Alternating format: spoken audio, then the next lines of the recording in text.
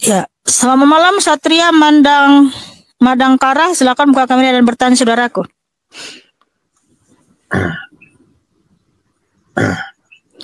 Madangkara, selamat malam. Malam Bang. Ya, malam juga. Malam. Gagah kali kumisnya Bang.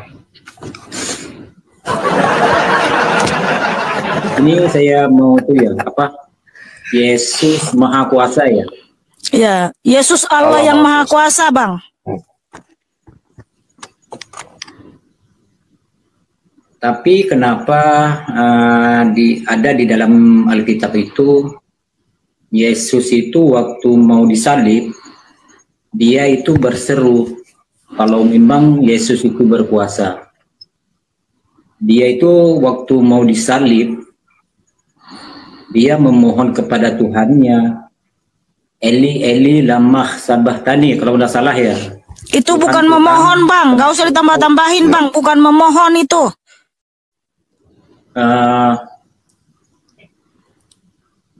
Ya pokoknya itulah berdoa ya, maksudnya berdoa. Yesus itu berdoa ya waktu disalib ya Mbak ya. Sekarang gini aja, pertanyaannya apa Pak? Nggak usah ya berasumsi-asumsi liar Pak. Langsung bertanya aja, nggak usah menyimpulkan iman Kristen Pak. Karena Bapak nggak tahu apa-apa mengenai Alkitab. Lebih bagus bertanya saja. Itu kenapa Yesus waktu mau disalib itu Yesus itu berseru Eli Eli lama sabachthani. Tuhan Tuhan kenapa engkau meninggalkan aku? Coba jelaskan itu Mbak. Kalau Yesus itu Maha Kuasa. Nah bagus gitu dong bertanya. Oke, siapa yang mau jawab nih? Iya. Ayo. L itu, Yesus itu memanggil L itu adalah Bapaknya. Nah, L itu adalah ruah, Yohanes 4 ayat 24. Allah adalah roh. Nah, kalau rohnya meninggalkan Yesus, kan Yesusnya mati. Ya, makanya dia berkata L lama sabachthani.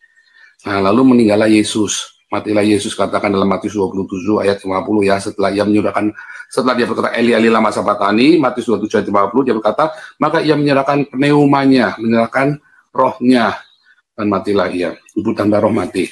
Jadi bukan teriak-teriak minta tolong, nggak ada di situ ya. Jadi itu adalah statement, itu adalah kutipan dari Mazmur 22 ya. L ya, yang singular. L lama sabachthani, L adalah ruah. Jadi dia berkata kepada Bapa engkau meninggalkan aku, lalu matilah Yesus. Gitu aja. Jelas Iya. Pak. udah paham Pak Satria? Bang Satria udah? Belum lagi? Atau sudah paham? Ya. Apa yang difikirkan Bang? Ya itu sajalah. Oh ya, makasih Bang. Udah. Itu aja. Ya enggak, maksudnya itu belum. Gimana? Belum apa? Enggak, intinya belum itu Mbak, belum apa lagi? Masih dengan saya itu. Oke, gini aja. Gini analoginya gini Bang. Abang kan ada tubuh, jiwa dan roh kan? Nah, roh abang itu kan roh insani. Rohmu nggak berkuasa. Abang juga nggak bisa menyerahkan rohmu lalu mati. Ya, aku menyerahkan rohku lalu mati. Nggak bisa Bang, manusia nggak bisa seperti itu. Tetapi Tuhan Yesus bisa. Kenapa? Dia Tuhan yang Maha Kuasa. Jadi dia yang melepaskan roh itu keluar dari tubuhnya sehingga dia mati. Ya, tubuhnya mengalami kematian gitu Bang ya. Jadi itu bukan ucapan minta tolong. Karena memang Tuhan Yesus tahu dia akan mati ya di atas kayu salib. Jadi bukan berarti dia bukan Tuhan. Hanya Tuhan Yesus yang berkata, aku menyerahkan rohku ya lalu mati. Siapapun nggak bisa seperti itu Pak. Mau malaikat, mau nabi, mau raja, nggak bisa. Dia nggak berkuasa atas dirinya sendiri. Tapi Tuhan Kristus berkuasa atas dirinya sendiri. Jadi gitu maksudnya Pak ya. Nggak usah bingung lagi Pak. Udah paham belum? Ini senyum-senyum tanda mengerti nih ya. Tepuk tangan dulu nih buat Bang Satrio. Udah mengerti dia. Haleluya.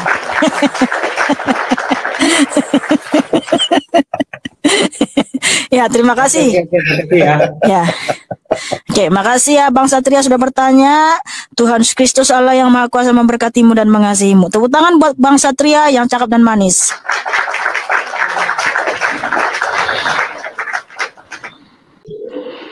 Selamat malam. Sirojul Falah. Ya, waalaikumsalam. Silakan buka kameranya saudaraku dan bertanya. Bentar. Ya. Gue bisa begitu menyerahkan jiwa, bisa jadi Tuhan dong. Sejak kapan lu bisa menyerahkan jiwa lu lalu lu mati? Kecuali lu bundir. Itu pun kalau lu bundir belum tentu nyawa lu bisa hilang, kecuali kalau Tuhan tidak mengizinkan ya. Kalau Tuhan Yesus tidak mengizinkan, nggak akan ini. Ya, selamat malam Sirojul Falah. Assalamualaikum. Waalaikumsalam. Warahmatullahi wabarakatuh. Silakan Bang, pertanyaannya apa? Kembali ke pemahaman yang kakak itu kalau akan dijamin masuk surga itu enggak? Kami bukan akan, tapi keselamatan kekal surga sudah diberikan Tuhan Yesus Kristus sama umatnya Bang. Iya. Enggak ada kata mudah-mudahan dalam Tuhan Yesus, apalagi ragu dan bimbang. Kepastian Bang. Sebab Tuhan Yesus Kristus telah menyatakan kepada kami, aku memberikan hidup kekal kepada mereka, dan mereka pasti tidak binasa sampai selama-lamanya, dan tidak seorang pun merebut mereka dari tanganku. Yohanes 10 ayat 28 Bang. Pasti banget Bang. Jadi kita ini memberitakan Injil Bang, bukan lagi supaya masuk surga, tapi karena surga, karena kasih karunia keselamatan sudah diberikan kepada kami Bang, di Efesus 2 ayat 8 ya. Jadi itulah tugas yang kita lakukan, memberitakan Injil, melakukan segala perintah dan ketetapan Tuhan Yesus seperti firman-Nya di Yeskiel 20 ayat 19 dan Yohanes 14 ayat 15. Sehingga kami melakukan kebaikan Bang, hidup benar, hidup kudus, bukan lagi supaya masuk surga, tapi karena surga telah diberikan kepada kami Bang. Begitu Abang. Iya. Apakah kakak ini ada rasa iri? Apakah ada rasa sombong di hatinya? Siapa iri dan sombong Bang? Maksudnya Bang? Misalkan karena itu juga perbuatan yang merusak hati kita. Sedangkan perbuatan dosa itu bukan kita hanya berbuat salah kepada orang lain, tapi bagaimana juga kadang kita itu salah terhadap diri sendiri. Oke, jadi gini Bang ya. Dulu kita sebelum ada dalam Kristus Bang, kita orang berdosa. Semua manusia berdosa Bang, dan telah kehilangan kemuliaan Allah. Roma 3:23. Nggak ada yang suci Bang. Semua berdosa. Semua jahat. Ya, tidak ada yang suci. Tapi ketika Tuhan harus menyatakan di Matius 26 ayat 28, inilah darahku yang ditumpahkan bagi banyak orang untuk pengampunan dosa. Nah, barang siapa yang datang kepada Tuhan Yesus Bang, ya, lalu kita mengaku 1 Yohanes 1 ayat 9, jika kita mengaku pakai darah, ya kan kita ini orang berdosa harus disucikan dengan darah yang kudus. Sebab apa? Nyawa kita ada dalam darah kita Bang. Ya. Jadi dalam darah inilah hasrat untuk berbuat dosa ya, sehingga darah kita itu udah kotor, udah nggak suci lagi Bang, udah berdosa Bang. Nah, kenapa harus darah? Memang karena nyawa manusia ada dalam darahnya dan darah pengantar antara nyawa ya. Di dalam hukum Taurat tertulis di Imamat 17 ayat 11, sebab nyawa makhluk atau nyawa manusia ada dalam darahnya dan darah pengantar antara nyawa. Jadi kalau kita mempunyai nyawa atau darah yang suci dan kudus Bang, kita nggak akan mati. Tapi karena kita itu sudah berdosa maka mati. Nah, kita orang berdosa ini, kita orang mati ini perlu diberikan darah yang kudus, yang suci, mulia, agung, itu darah Kristus, supaya kita hidup, supaya kita disucikan. Nah, setelah kita disucikan, diampuni Bang, melalui darah Tuhan Yesus yang tercurah di atas kayu salib, sekarang kita bertobat Bang. Ya. Sehingga ada firman Tuhan, hidupku bukannya aku lagi, tetapi Kristus yang diam di dalam aku. Nah, kalau sudah ada Kristus dalam diri kita Bang, kita sudah percaya kepada Tuhan Yesus, maka buktikan melalui perbuatan Bang. Nggak bisa asal bilang gini, iya aku orang Kristen, aku percaya itu Tuhan dan Allahku, tapi perbuatannya nggak menunjukkan dia Kristen Bang. Jadi kita itu betul-betul seorang Kristen sejati harus dibuktikan melalui perbuatan, yaitu menghasilkan buah-buah roh. Galatia 5 ayat 22 ya, buah-buah roh adalah kasih, sukacita, damai sejahtera, kelemah lembutan, penguasaan diri, kesetiaan, penguasaan diri. Nah, itu harus kita miliki Bang, bukti sebagai kita Kristen sejati, pengikut Tuhan Yesus.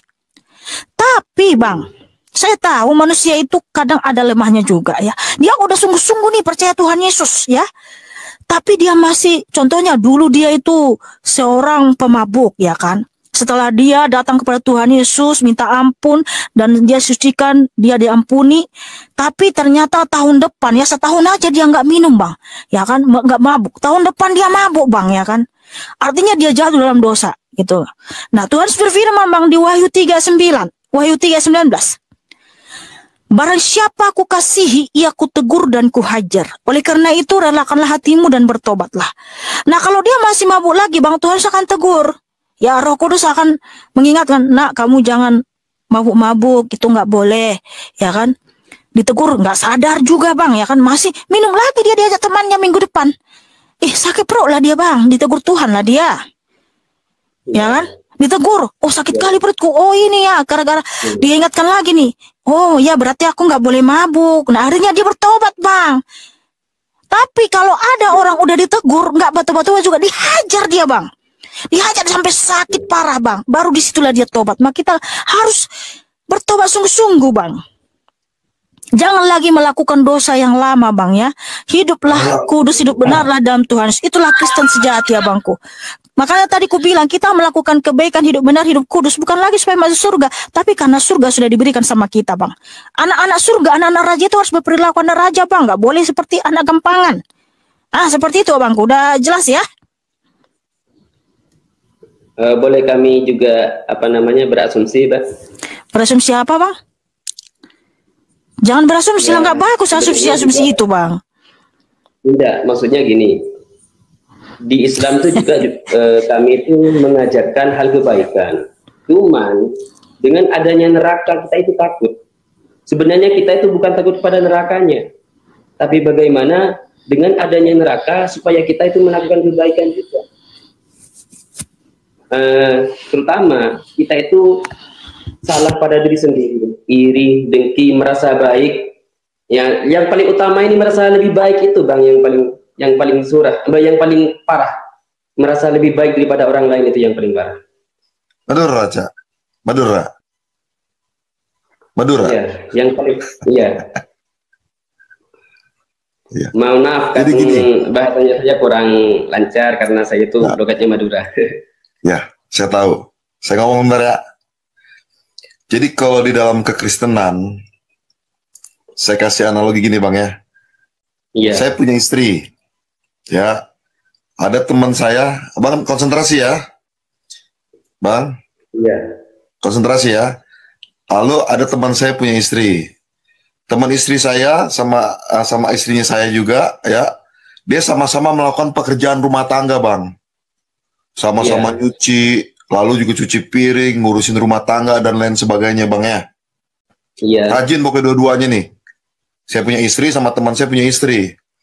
Lalu misalnya istrinya teman saya ini ditanya, kenapa kamu cuci piring? Kenapa kamu ngepel? Kenapa kamu cuci baju? Kamu begitu rajin sekali, gitu bang ya?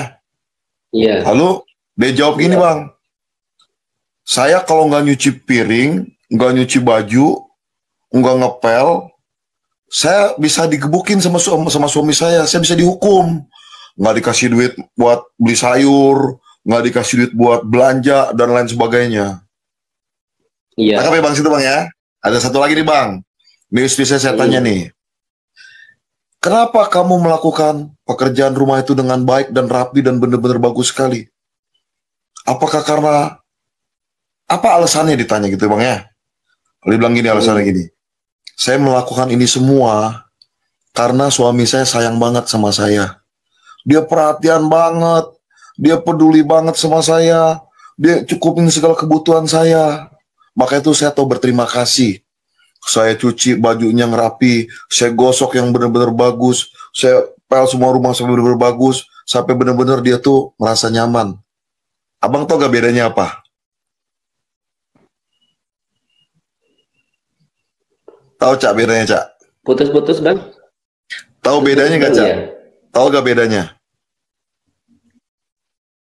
Terus gimana? Bedanya tahu nggak?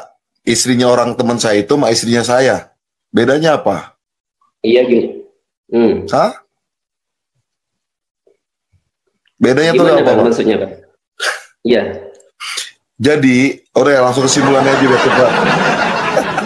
Kesimpulannya langsung bang.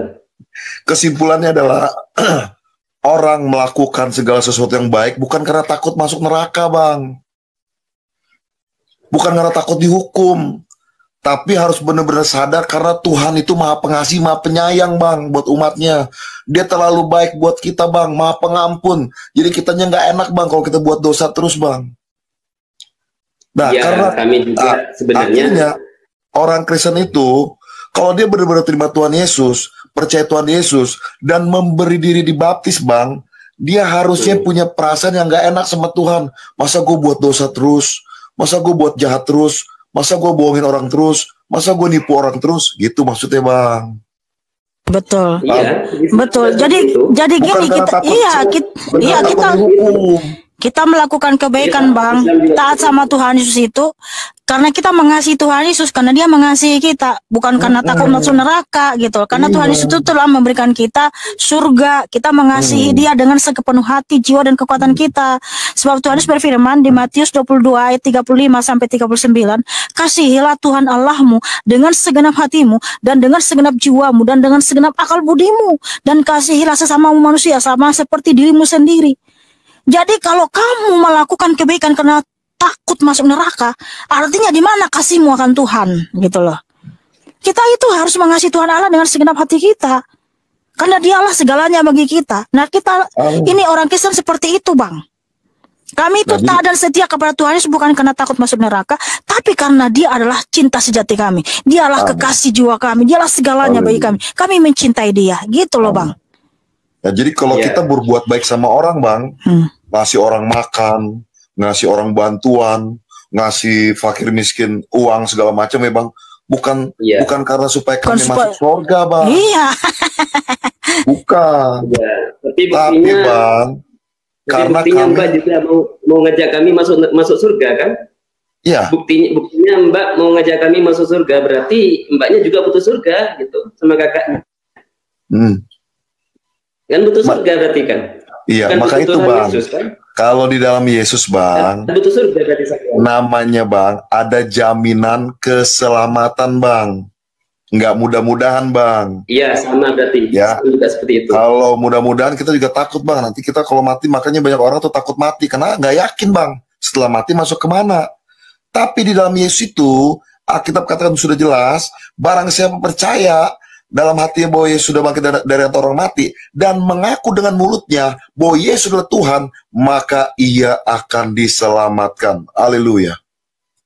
Yang kami pegang satu, Bang, inna lillahi wa inna ilaihi raji'un. Semua kita akan kembali kepada Allah. Oke, Bang. Akan kembali. Pasti, Bang. Entah kita itu tidak tahu masuk neraka atau masuk neraka, intinya saya akan kembali kepada Tuhan. Iya. Ya, makanya kan Abang kan datang ke naik ke atas Komal ini kan dikasih tahu bahwa jalan keselamatan itu, ya, di dalam Yohanes 14 ayat 6, akulah jalan kebenaran dan hidup. Tidak ada seorang pun yang datang kepada Bapa kalau tidak melalui aku. Dalam buku lain dikatakan, ikutlah Yesus. Yesus adalah jalan yang lurus, gitu, Bang. Ya, Bang, ya. Ya, saya juga pegang ihdinas siratal mustaqim, tunjukkanlah kami kepada jalan yang lurus, seperti itu. Itu sudah ada di surat Al-Fatihah di Al-Qur'an. Oke, siap. Tapi mohon maaf, Bang. Tunjukilah kami jalan yang lurus. Harus menjawab, akulah jalan yang lurus. Iya. Firman Tuhan Yesus, Bang, di Yohanes 14 ayat 6, akulah jalan kebenaran, ya, jalan yang lurus, jalan yang benar. Bukan jalan yang benar. Dia adalah jalan, ya, sang jalan. Artinya jalan yang lurus, ya. Karena tidak ada seorang pun yang bisa masuk surga, Bang, tanpa melalui Tuhan Yesus. Ya, itulah kenapa Tuhan mengatakan akulah sang jalan. Kemudian Tuhan mengatakan dialah sang kebenaran. Kenapa Tuhan mengatakan dia adalah sang kebenaran? Karena tidak ada Allah selain Dia, ya, yaitu Yesaya 44 ayat 6. Kenapa Tuhan menyatakan Dia adalah sang hidup? Ya, kenapa Tuhan menyatakan Dia adalah sang hidup? Karena Dia pemberi hidup kekal, ya. Yohanes 10 ayat 28, Yohanes 17 ayat 2, Tuhan Kristus pemberi hidup kekal, Bang. Nah, sementara pemberi hidup kekal itu kan hanya Allah yang Maha Kuasa. Nah, kenapa Tuhan Kristus memberikan hidup kekal? Karena Dia Allah yang Maha Kuasa, Bang. Sesuai dengan tema saya di sini, Yesus Allah yang Maha Kuasa. Ya, seperti itu, saudaraku. Yesus sama Allah itu ada, beda, Bang. Beda atau sama atau gimana? Yesus adalah Allah itu sendiri. Jadi Allah itu artinya adalah objek sesembahan ya. Karena nama sesembahan kami, nama Allah kami adalah Yesus Kristus namanya. Oh iya. Nah, sebab pada firman kita Tuhan berarti kalau seperti itu. Ada firman Tuhan di 1 Petrus 4 ayat 16, jika ia dipanggil Kristen janganlah ia malu, tetapi hendaklah ia memuliakan Allah dalam nama Kristus itu. Jadi nama Allah kami Yesus Kristus, Bang. Iya, iya. Berarti kalau seperti itu lakum dinukum waliyadin, maksudnya agamamu agamaku, seperti itu berarti. Kalau memang cuma beda penyebutan. Kalau memang penyebutan ya. Setuju. Artinya gini, Bang. Abang bertanya, kami menjawab. Nanti masalah abang terima perspektif kami, itu nggak ada urusan sama kami, Bang. Abang urusan sama Tuhan. Begitu juga sebaliknya, Bang ya. Makanya, oke, Bang. Makasih, Bang ya. Makanya kan saya tanya, Yesus itu apakah sama Allah itu beda? Kan seperti itu kami. Ya, oke. Misalkan kami tidak setuju. Kalau misalkan, ya gimana maksudnya barusan? Apanya nggak setuju, Bang? Enggak, maksudnya gimana barusan? Keterangannya lupa, sedikit ini. Yesus itu, Bang, Yesus itu bukan manusia jadi Tuhan, Bang. Yesus itu adalah Sang Firman yang menjadi manusia, Bang. Namanya Yesus. Ya, Bang. Nanti bingung lagi aja ke situ. Yang jelas nama Tuhan Allah kami adalah Yesus Kristus, Bang, nama pribadinya ya. Allah di dalam iman Kristen, Elohim di dalam iman Kristen bukan nama ya, bukan nama diri. Ya, oke. Terima kasih, Bang Sirojul Fala sudah bertanya. Mau lanjut ini, mau lanjut. Bisa lanjut, enggak? Banyak yang ngantri, Bang. Ya, kita ganti dulu sama yang antri ya. Ya. Yang penting karena saya mau lanjut ini. Gantian dulu saudaraku karena ada yang antri di bawah banyak ya. Antri lagi. Besok lagi abang bisa bertanya. Ya, terima kasih saudaraku sudah bertanya. Tuhan Yesus Kristus Allah yang Maha Besar memberkatimu dan mengasihimu. Tepuk tangan buat Sirojul Fala yang cakap dan manis.